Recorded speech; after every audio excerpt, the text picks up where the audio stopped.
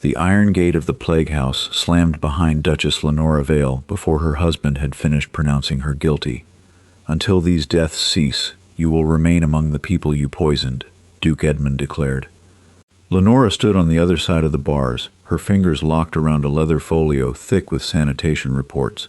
A cold wind stirred the loose strands of her dark hair, but the crowd gathered beyond Edmund seemed not to feel it. Tenants, servants, and village mothers watched her with expressions ranging from horror to open hatred. Only 3 months earlier, those same women had brought their infants to Lenora's clinic and thanked her for replacing filthy birthing cloths, boiling surgical instruments, and ordering the infirmary floors scrubbed with vinegar. Infant deaths across Valehurst had fallen by nearly half since she introduced those measures. Now someone had painted the word murderous across the side of her carriage. "You know I did not poison them," Lenora said. "You read my warnings about the eastern wells." Edmund's face remained rigid beneath the brim of his black hat. "I read accusations unsupported by any respectable physician.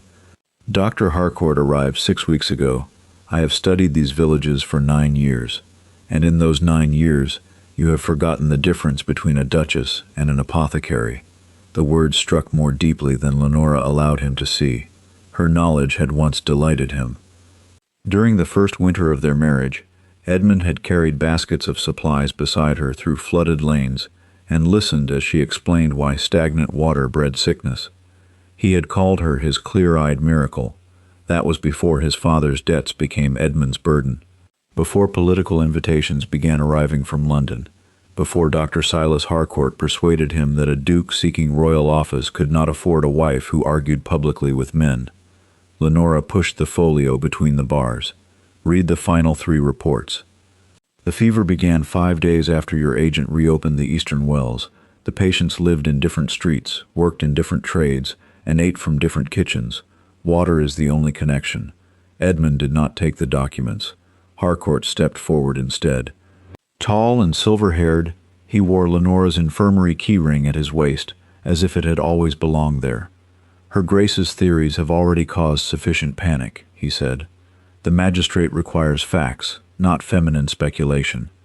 Lenora looked at her husband. "You gave him my keys?" "I gave him the authority necessary to contain the outbreak. You gave him control of the medicines, the infirmary accounts, and every record that could prove what happened." A murmur moved through the crowd. Edmund glanced toward the magistrate and the 2 newspaper men standing nearby. Lenora saw the exact moment his concern shifted from the dying villagers to how her defiance might be reported in London. He could still choose differently. He could take the folio, delay her confinement, and order the wells closed until the water was examined. Nothing in law or honor prevented him from doing so. Instead, he turned to Harcourt. "Confiscate her papers." Harcourt reached through the bars, but Lenora pulled the folio against her chest. "No." Edmund's expression hardened. "Do not worsen your disgrace. These are the original observations. If they leave my possession, I may never see them unchanged again." "You accuse my physician of forgery?" "I accuse no one without evidence. That is a courtesy you have denied me." For a heartbeat, pain flickered across Edmund's face, then wounded pride buried it. "Search her." The gate opened just wide enough for 2 guards to enter. Lenora did not struggle as they removed the folio.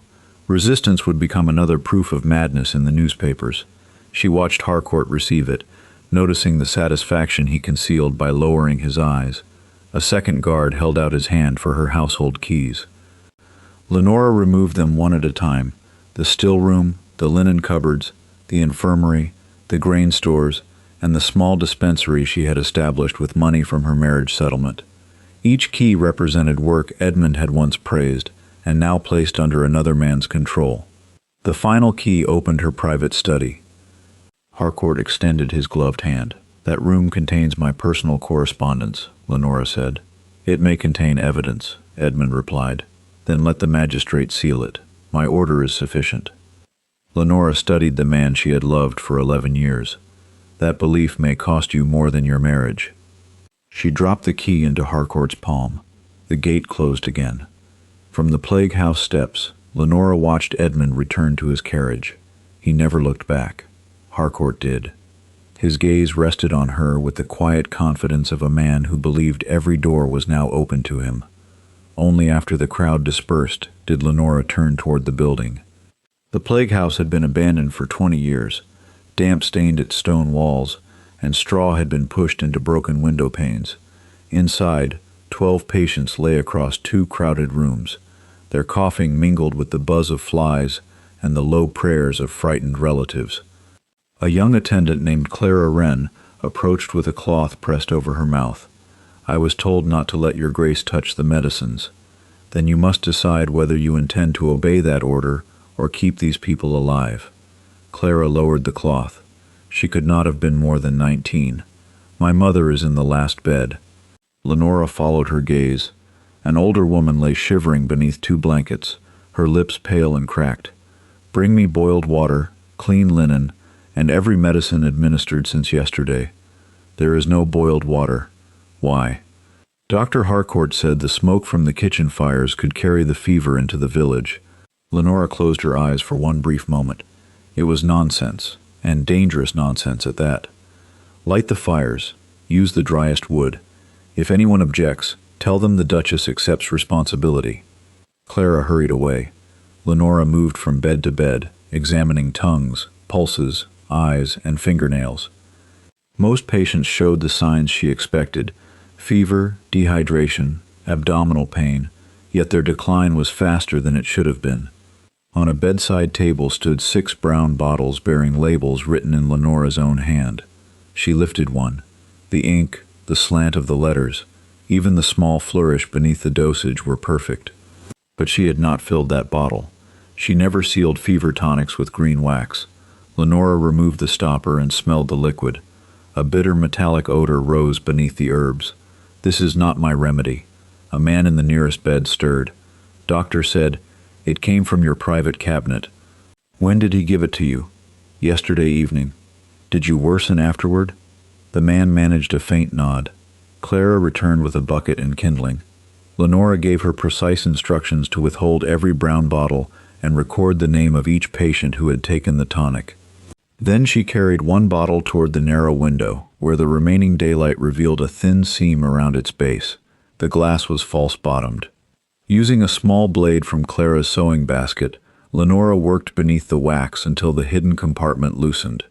A tightly rolled strip of paper slipped into her palm. It bore the seal of the royal household. The words below it ordered a consignment of the same fever tonic delivered to the Queen's summer residence. Lenora read the date twice. The shipment was scheduled to arrive 3 days from now.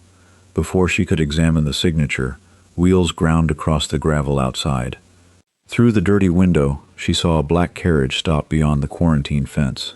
A royal crest gleamed on its door. A man in court livery stepped down, holding a sealed dispatch. Then he called loudly enough for every patient to hear. "I have come from Her Majesty's household for the medical reports of Duchess Lenora Vale." Lenora folded the hidden paper into her sleeve before crossing the ward. "Do not give those bottles to anyone," she told Clara. "Lock them away and do not surrender the key unless I ask for it myself. But Dr. Harcourt, especially not to Dr. Harcourt." Outside, the royal messenger stood several yards beyond the quarantine fence. He was a thin, severe man of approximately 50, dressed in dark blue court livery.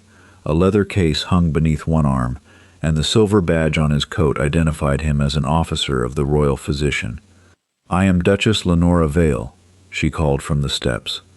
The messenger removed a sealed letter from his case.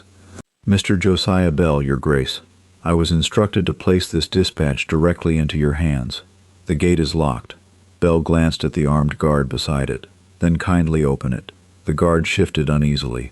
"His Grace ordered that no object pass in or out without Dr. Harcourt's inspection." "His Grace does not command the royal household." Before the guard could answer, hooves sounded along the road. Harcourt approached on horseback with Lenora's leather folio strapped behind his saddle.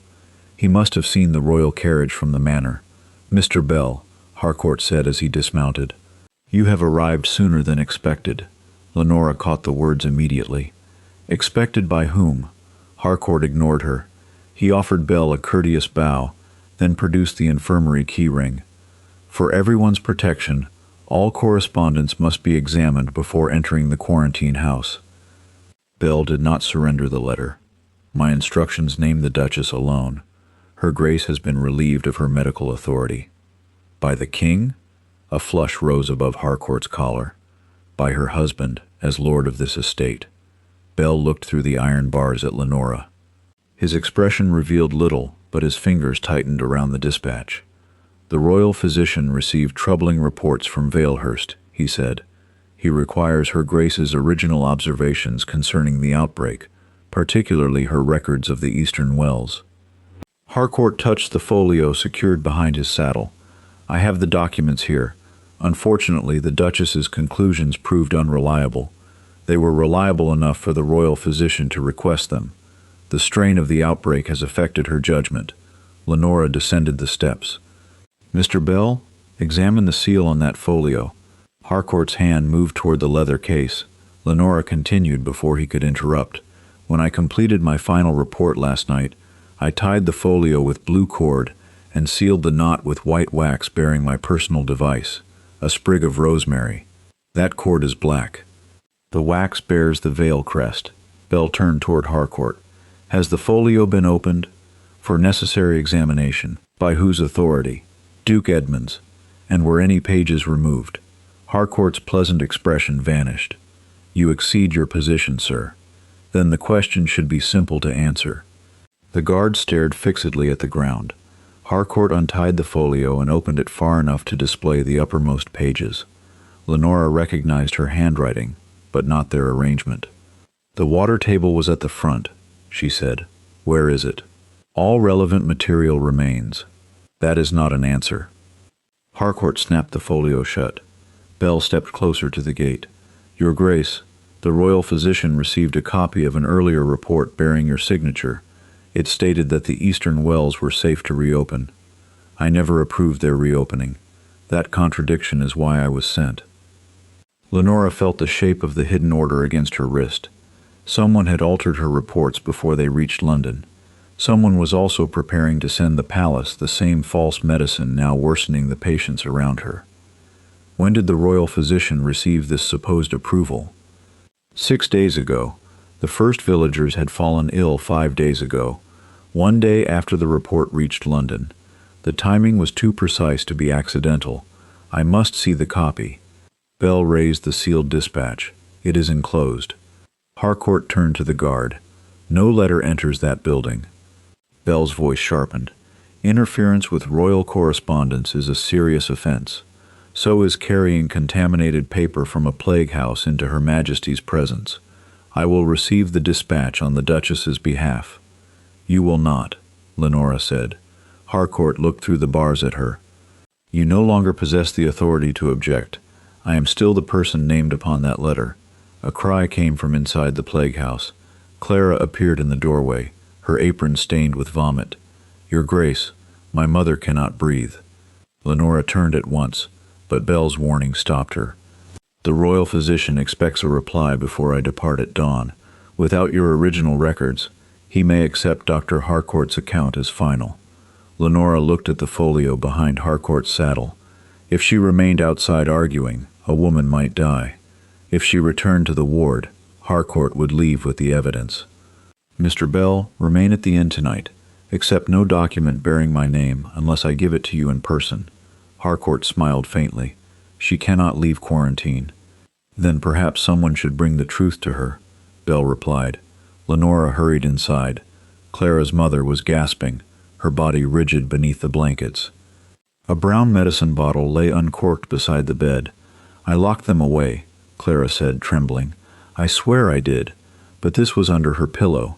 How much did she drink? I don't know. Lenora smelled the woman's breath and detected the same metallic bitterness. Her pulse was weak and irregular. Bring charcoal from the kitchen hearth. Grind it finely.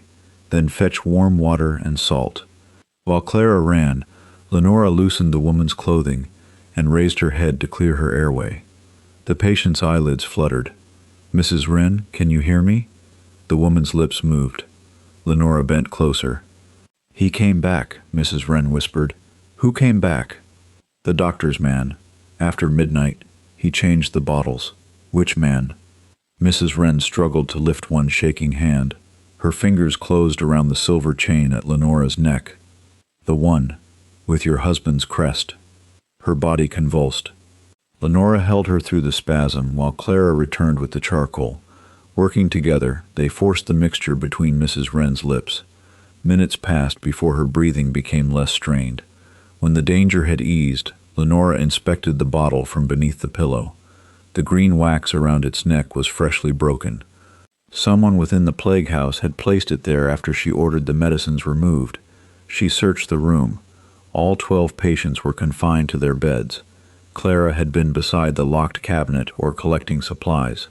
That left the attendants. But the second attendant had disappeared. A rear door stood open at the end of the passage. Lenora followed the muddy footprints outside to a narrow delivery yard enclosed by a crumbling stone wall. The tracks ended beneath a small window, where a torn piece of black fabric clung to a nail. Beyond the wall, a rider was disappearing into the woods. On the ground beneath the window lay a page that must have fallen from his coat. Lenora picked it up and recognized it as the missing water table from her folio. Several entries had been crossed out in red ink. Beside the eastern well, someone had written a single instruction: continue use until the royal consignment has departed. Below it stood Duke Edmund's signature. Lenora examined the signature beneath the order. It resembled Edmund's hand, but the final stroke curved too sharply. Either someone had forged it, or Edmund had signed without reading what stood above his name. Neither possibility absolved him. He had surrendered her records to Harcourt despite her warning. Lenora folded the page and returned to the ward. Mrs. Wren was breathing more steadily, though Clara remained beside her. Keep her warm. Give her only boiled water. Will she live? I believe so, but someone inside this building gave her that tonic. Fear crossed Clara's face. There were 2 attendants this morning. Mr. Pritchard left after you arrived. The man who escaped through the rear yard? Clara nodded. Dr. Harcourt hired him last week. Lenora hid the page inside the lining of her bodice. Harcourt would expect her to preserve evidence in her medical case or clothing pockets. He was less likely to search a duchess's stays without witnesses. By evening, she had separated the patients who had consumed the tonic from those suffering only from fever. The pattern became clear. Contaminated well water had begun the outbreak, but Harcourt's medicine was worsening selected patients. The deaths made Lenora appear incompetent. They also kept the village frightened enough to obey him. Near midnight, wheels stopped outside. Lenora looked through the window and saw Edmund step from his carriage. Harcourt followed him to the gate. Her husband entered alone, carrying a lantern. I have come to offer you one final opportunity, he said. To confess? To prevent further scandal. Sign a statement admitting that your remedies were prepared incorrectly. Harcourt will describe it as an accident. And in return, you will be moved from this place to one of our northern houses. Exile disguised as mercy. Lenora studied his tired face. Did you sign an instruction to keep the eastern wells open until a royal shipment departed? Edmund's hesitation lasted only a second. I signed several emergency orders. Without reading them, Harcourt assured me they were necessary. A woman nearly died tonight because someone placed poisoned medicine beneath her pillow. You have no proof it was poisoned. I tested it. With what laboratory? With the knowledge you once trusted. Edmund's jaw tightened. This is precisely why no one believes you. You answer every concern with contempt. No, I answer betrayal with accuracy. She drew the brown bottle from her apron and held it toward him. Smell it. Edmund did not move. If I am wrong, you lose nothing by examining it. For a moment, Lenora thought he might accept. Then Harcourt called from outside. Your Grace, do not touch anything from the ward. Edmund stepped back. That single movement told Lenora more than any confession could have done. He trusted another man's warning more than his wife's evidence. Leave, she said. I am attempting to save your name. You are attempting to purchase my silence with a quieter prison. She tore his prepared confession in half and dropped it at his feet. Edmund's face hardened, but before he could reply, the main door opened behind them. Mr. Bell entered wearing a protective coat and gloves. He held the royal dispatch in one hand. "The guard refused to admit me," he said, "so I informed him that obstructing the crown carried a heavier penalty than disobeying a duke." Bell gave the sealed letter to Lenora. Inside was a copy of the altered report sent to London. The first pages duplicated her work precisely, but the final recommendation approved the reopening of the wells. The signature appeared to be hers. Beneath it, the royal physician had added a message: "If you deny writing this recommendation, provide proof before sunrise. The medicine shipment leaves for the Queen at 9. Lenora turned the page toward the lantern. A faint watermark appeared in the paper, an image of a crowned falcon. Her own reports had been written on plain estate stationery. Only one office at Valehurst used paper bearing that watermark: Edmund's private secretary. Lenora raised her eyes to her husband. "Who has access to your writing room?" Before Edmund could answer, a stone shattered the window. The lantern fell, and burning oil spread across the floor. Flames spread across the floorboards before Edmund could lift the fallen lantern. "Get the patients outside," Lenora shouted. Bell snatched a blanket from the nearest bed and smothered the burning oil, while Edmund dragged a bench away from the flames. Clara and the remaining attendant began moving the weakest patients toward the rear yard. Lenora seized the royal dispatch from the floor. One corner had already blackened, but the forged recommendation and its crowned falcon watermark remained intact. A second stone struck the outer wall. This one did not break a window. It landed in the mud beneath the sill, wrapped in a strip of black cloth, the same fabric Lenora had found where Pritchard escaped. "This was no accident," Bell said. "No," Lenora replied. "Someone wanted the report destroyed." Edmund looked through the broken window, but the attacker had disappeared into the darkness. When the last flames were extinguished, Clara hurried back into the ward carrying a small ledger beneath her apron. "I took this from the medicine cabinet before the fire reached it." Lenora recognized the infirmary supply book. She had recorded every delivery herself until Edmund placed the infirmary under Harcourt's control. The earlier pages listed willow bark, mint, clean spirits, linen, and soap in Lenora's handwriting. 6 weeks ago, the entries changed to Harcourt's sharper script.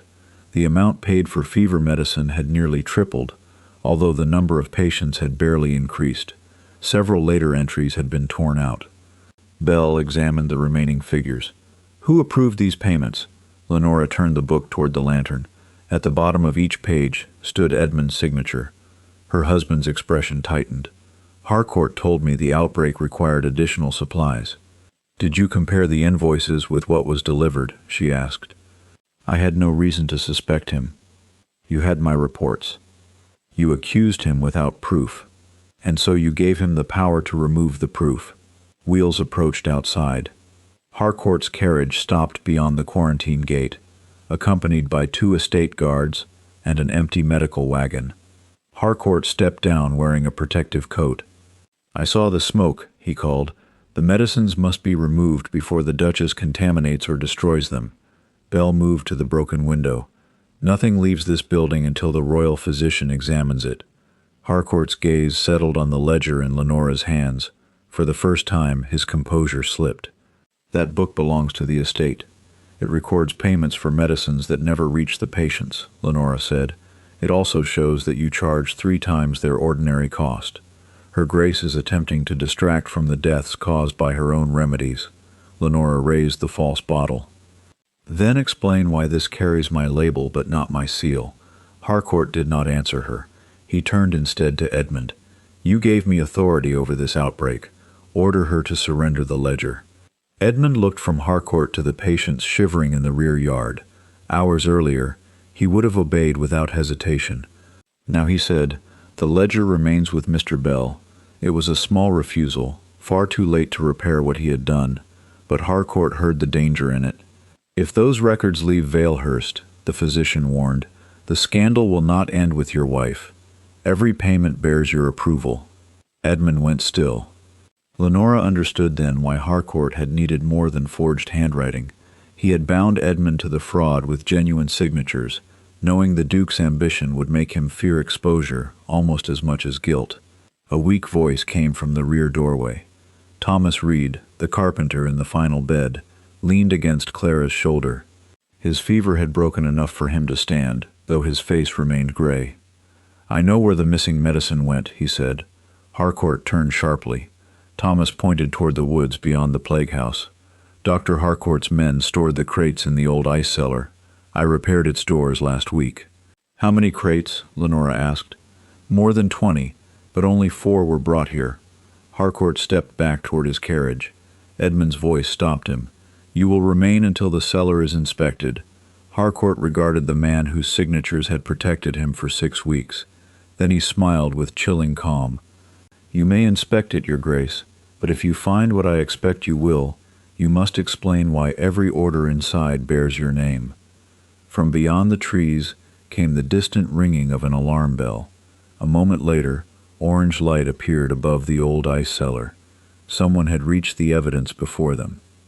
The wooden shed above the old ice cellar was burning, but the stone chamber beneath it remained intact. Bell ordered the quarantine gate opened under royal authority. Wrapped in a heavy protective coat, Lenora rode with Edmund while Harcourt followed under guard. By the time they arrived, estate workers had contained the flames. The cellar door, however, had been locked from the outside. "Open it," Edmund ordered. Harcourt remained calm. "Those supplies may be contaminated."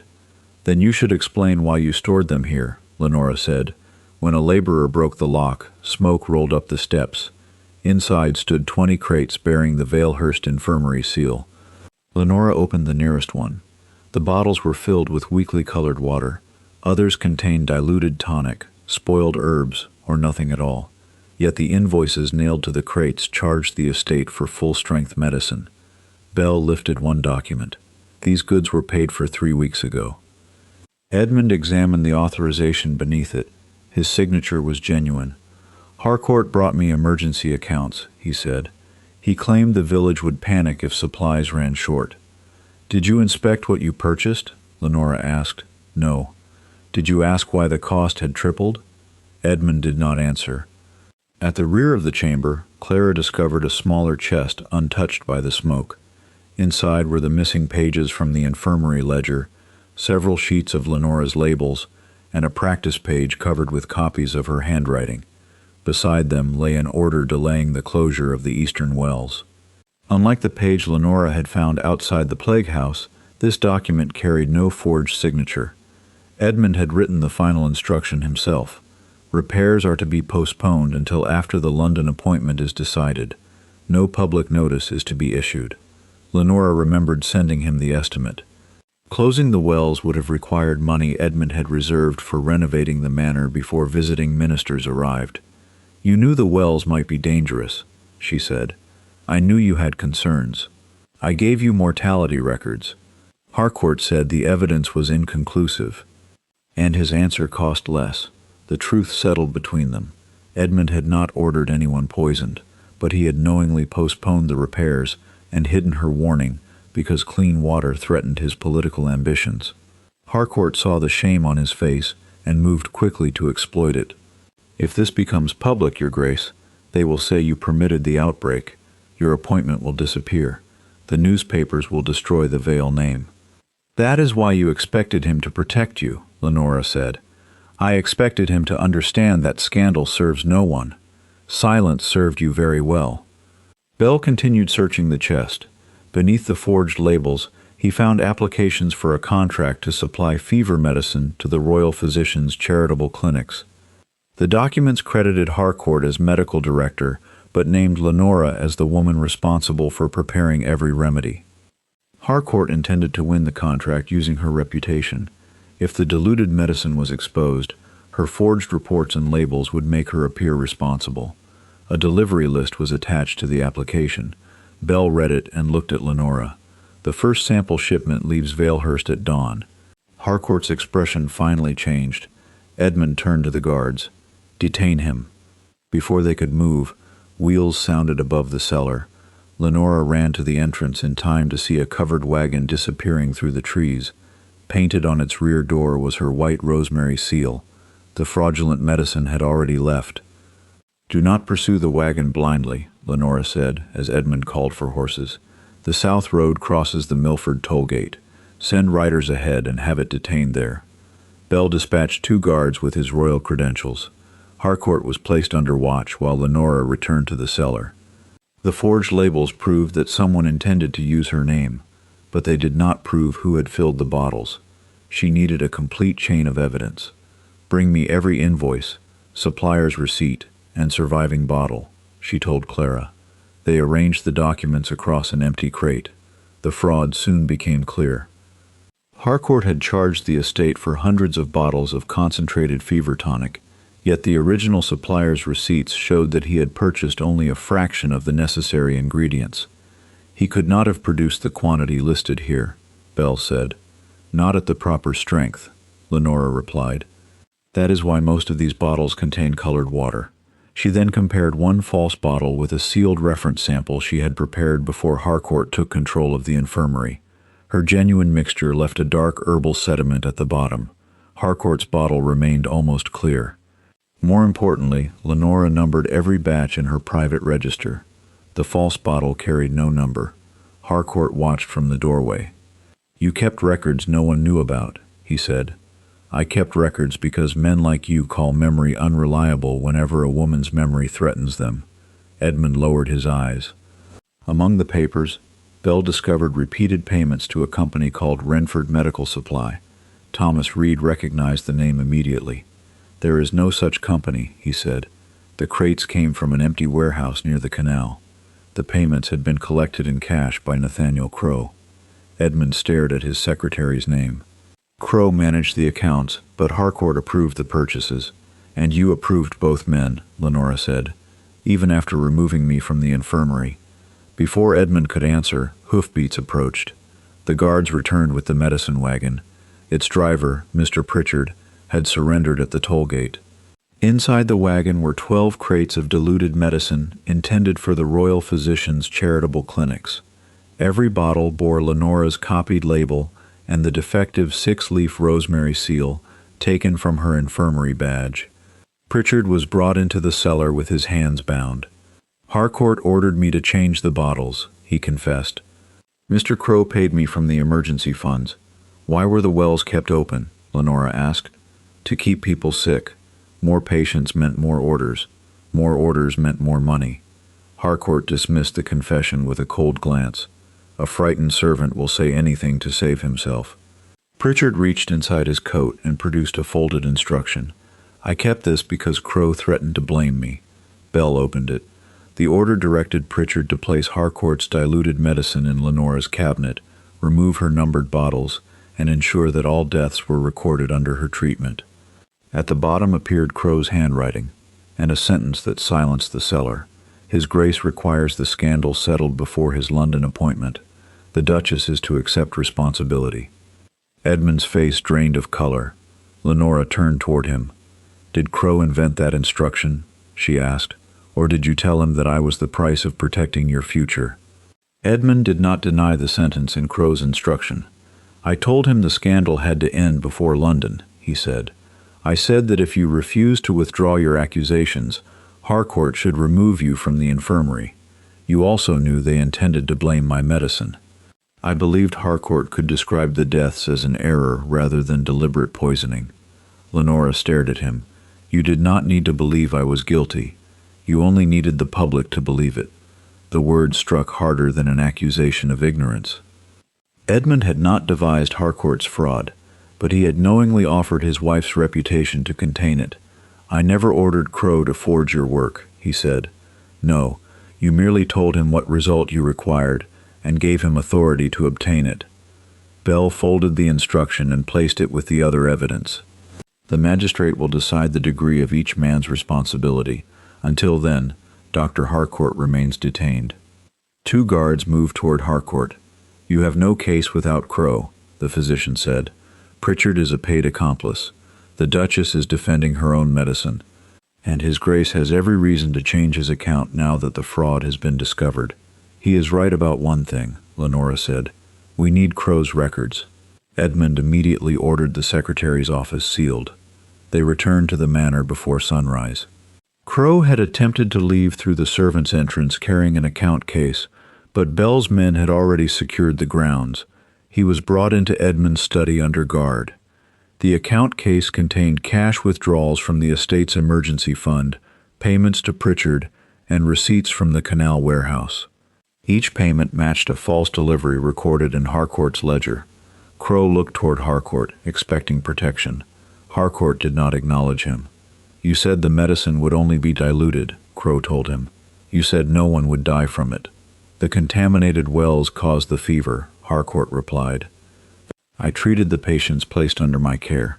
You ordered Pritchard to change Lenora's bottles. I ordered nothing. Every instruction bears your hand." The conspiracy began to divide under the weight of its own records. Lenora opened Crow's correspondence register. Several pages had been removed, but the numbered entries remained. One listed a letter sent to Harcourt on the night before her confinement. "Her Grace will be denied access to the infirmary. Her papers and keys will be transferred as agreed." Beside it stood Edmund's initials. He examined them in silence. "I approve the transfer," he admitted. Harcourt claimed it was necessary to preserve the investigation. "You transferred the evidence to the man accused in my reports," Lenora said. "Then you imprisoned me before anyone independent could examine it." Edmund looked at her as if an apology might still matter. Lenora closed the register before he could offer one.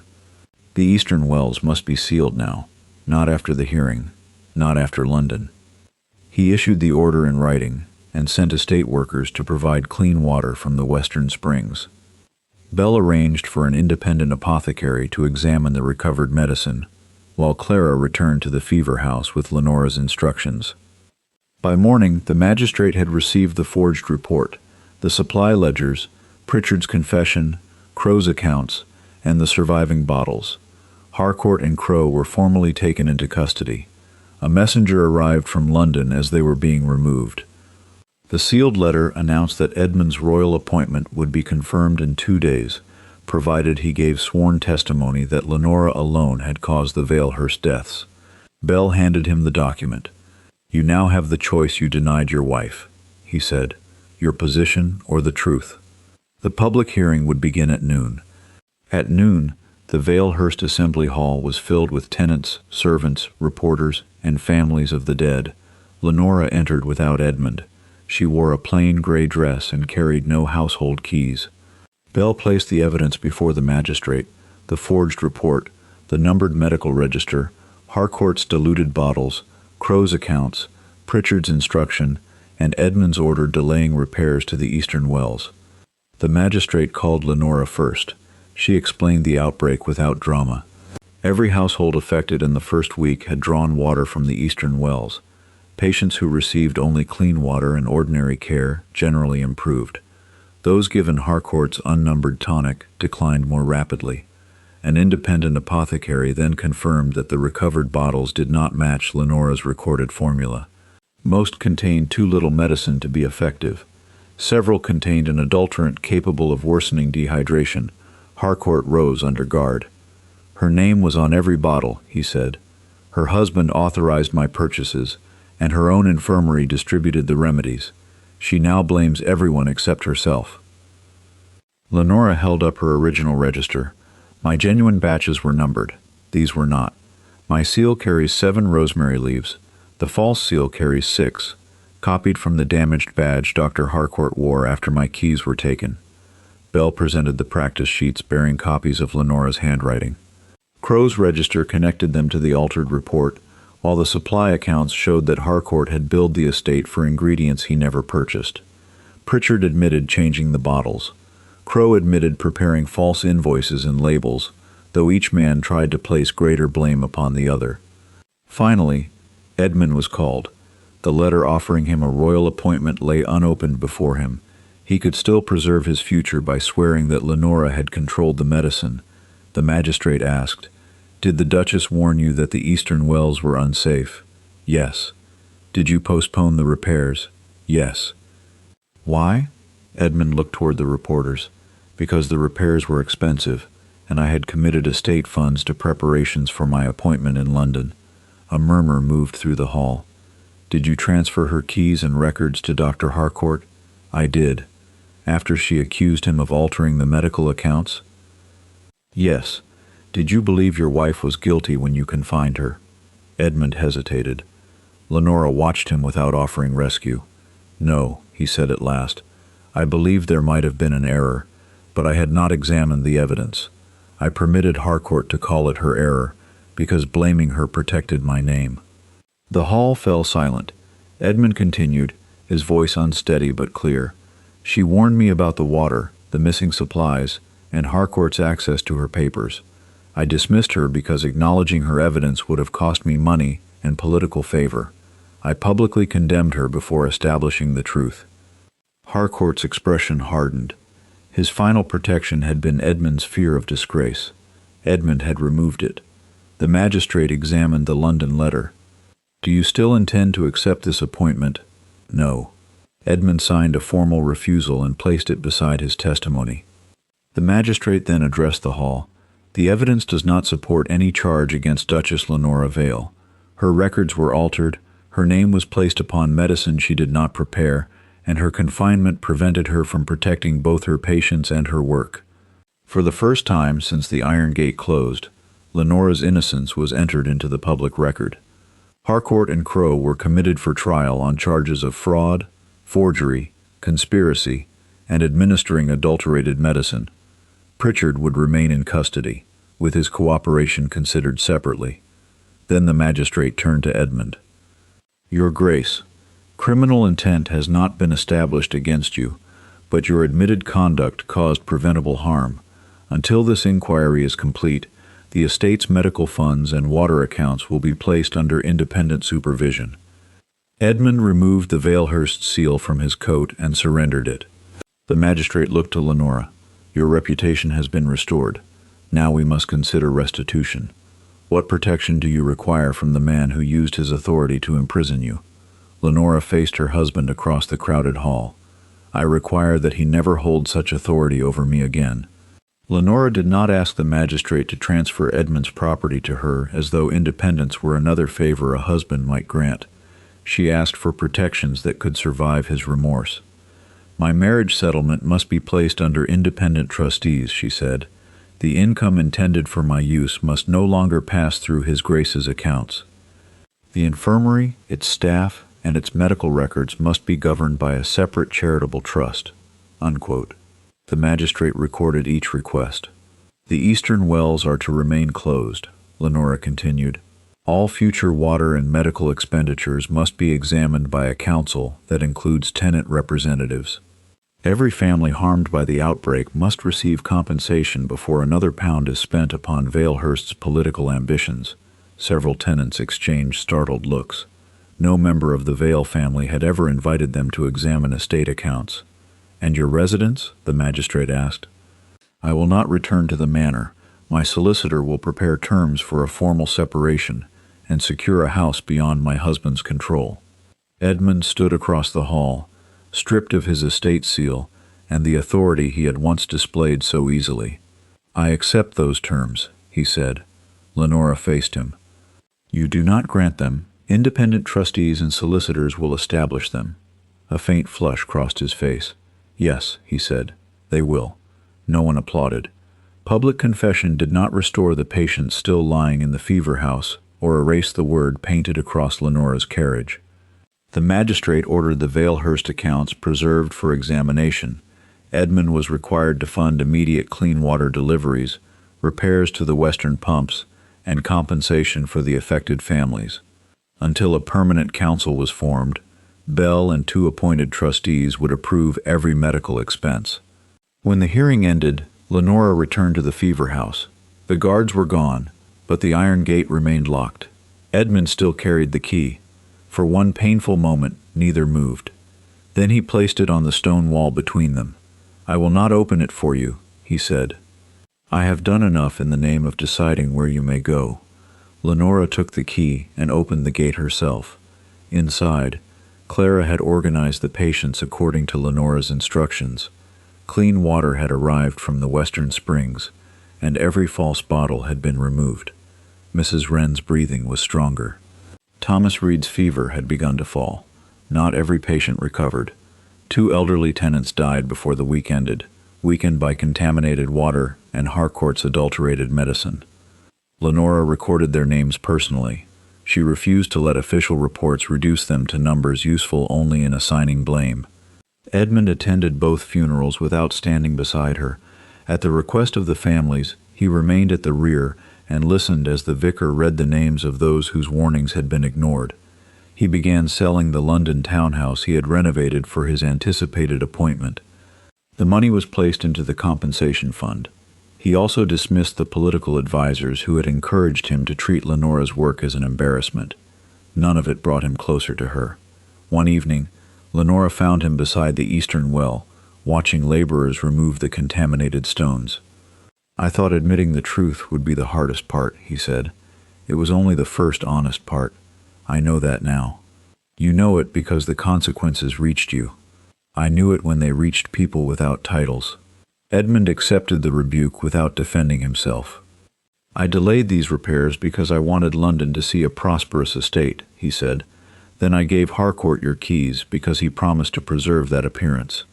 When the deaths began, I saw that blaming you offered the fastest escape. You loved your future more than you trusted your wife." "Yes." The simplicity of his answer hurt more than another excuse would have. Edmund looked toward the boarded well. "I cannot ask you to forgive that. No. Can I ask whether anything I do will matter? It will matter to the families you compensate. It will matter to the tenants who receive clean water. It may matter to the kind of man you become. And to us?" Lenora met his eyes. "Repair is your obligation. Reconciliation is not your reward." She left him beside the well. 3 weeks later, Harcourt and Crowe stood trial before the county court. The recovered records established that Harcourt had prolonged the outbreak by opposing closure of the wells, purchased inadequate ingredients, diluted the medicine, and used Lenora's copied labels to conceal the fraud. Crowe had created the false company, forged her final recommendation, altered the supply accounts, and paid Pritchard to exchange the bottles. Their plan depended upon continued illness. More patients created more emergency purchases, while every death associated with Lenora's name removed the woman most capable of exposing them. Harcourt was convicted of fraud, forgery, conspiracy, and knowingly administering adulterated medicine that caused serious harm. Crowe was convicted of forgery, theft, fraud, and conspiracy. Both received prison sentences and were ordered to surrender the money that could be recovered. Pritchard pleaded guilty to his role in changing the medicine. His early confession and testimony reduced his sentence but did not erase it. Edmund was not charged as a member of their conspiracy. No evidence showed that he knew the medicine had been altered. But the court formally recorded that his deliberate refusal to close the wells, his transfer of Lenora's records to Harcourt, and his public accusation had allowed the crimes to continue. His royal appointment was withdrawn. Several political allies ceased writing to him. Newspapers that had called Lenora a murderess now printed Edmund's confession beside corrections of their earlier reports. The Valehurst Medical and Water Trust was established 1 month later.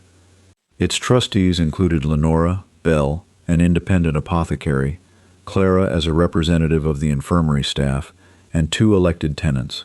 Edmund supplied the funds but held no vote. Lenora's marriage settlement income was restored under independent management. A cottage beside the Western Springs was prepared as her separate residence, leased in her own name through the trustees. On the first morning of autumn, her solicitor arrived carrying the final deed of separation. Edmund had already signed it.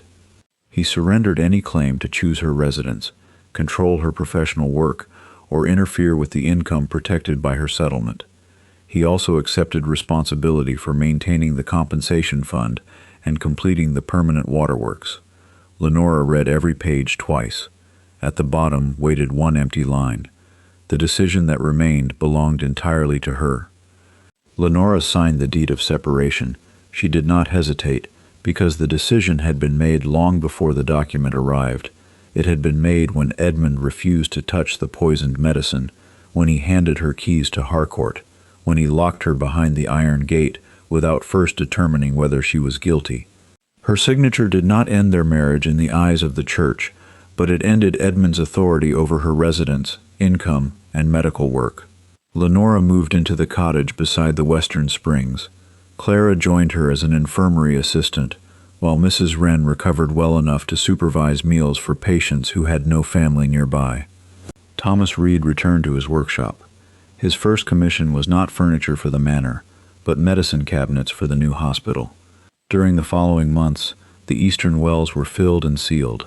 New pipes carried protected spring water toward the affected villages. Every expenditure was published for the tenant council to inspect. Edmund attended the council meetings but did not preside over them. He sat with the other landowners and answered questions when asked. The compensation fund paid the medical expenses of surviving patients and supported the families of those who had died. Edmund sold several horses and abandoned the renovation of his London residence when the first fund proved insufficient. He never described those sacrifices as generosity. They were debts. 6 months after the hearing, the old fever house reopened.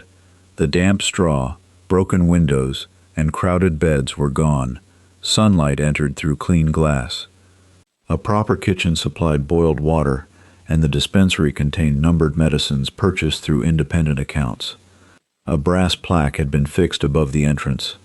The Valehurst Institute for Rural Medicine, governed by the Medical and Water Trust Lenora, had refused to place her own name above the door. "The hospital belongs to the people it serves," she told Belle, "not to another Vale who wishes to be remembered." On the morning of the opening, villagers gathered outside the same iron gate where Edmund had once declared her guilty. Some had shouted against her that day. Now they waited quietly, ashamed of how easily they had believed a powerful man speaking with certainty. Lenora did not demand apologies from them. She had learned that a restored reputation mattered less than authority no one could steal again. Edmund arrived alone. He wore no ceremonial coat and brought no reporters. He stopped outside the gate instead of entering. "The final western pump began operating this morning," he said. "The trustees inspected it before payment was released." "Good. The last compensation claim has also been approved." Lenora nodded. For several moments neither spoke. The hospital staff moved behind her, preparing for the first patients. Their former life together felt both close and unreachable. "I received your signed copy of the separation deed," Edmund said. "You agreed that the choice would remain mine." "I did, and now it has been made." Pain crossed his face, but he did not argue. "I once believed admitting my guilt would prove I had changed," he said. "Now I understand that confession merely stopped the lie. The work after it is what matters. That work will take longer than 6 months." "I know. Perhaps it should take the rest of your life. Perhaps it will." Edmund looked through the gate toward the hospital. "I remember the first winter of our marriage," he said. "You asked me to carry clean linen through flooded lanes. I thought helping you made me a good husband. It did for that day, and then I began to believe your work diminished me, because people trusted your judgment more than mine." Lenora had waited years to hear him name that truth. Hearing it now brought clarity, not reconciliation. "You did not lose me because Harcourt deceived you," she said. "You lost me because his lies offered you what you wanted, a quieter wife, an easier scandal, and a future purchased with my name. Yes, your remorse may change the man you become, Edmund. It cannot return me to the woman who trusted you." He lowered his head. "I will not ask you to return." "That is the first promise I believe you will keep." A carriage stopped along the road. A young mother climbed down carrying a feverish child. Fear tightened her face when she saw the former plague house. Lenora turned toward the hospital. Clara stood inside with fresh linen ready. Thomas had built a small examination table beneath the eastern window. On the wall hung Lenora's numbered medical register, not as evidence now, but as the foundation of a system designed to prevent such fraud from happening again. Edmund stepped away from the entrance. Lenora placed her hand upon the iron gate. Months earlier, it had closed behind her while her husband stripped away her authority. Now no guard stood beside it. No physician wore her keys. No man waited to decide whether she might enter or leave. She unlocked the gate herself. Then she opened it wide, admitted the waiting mother and child, and kept the key.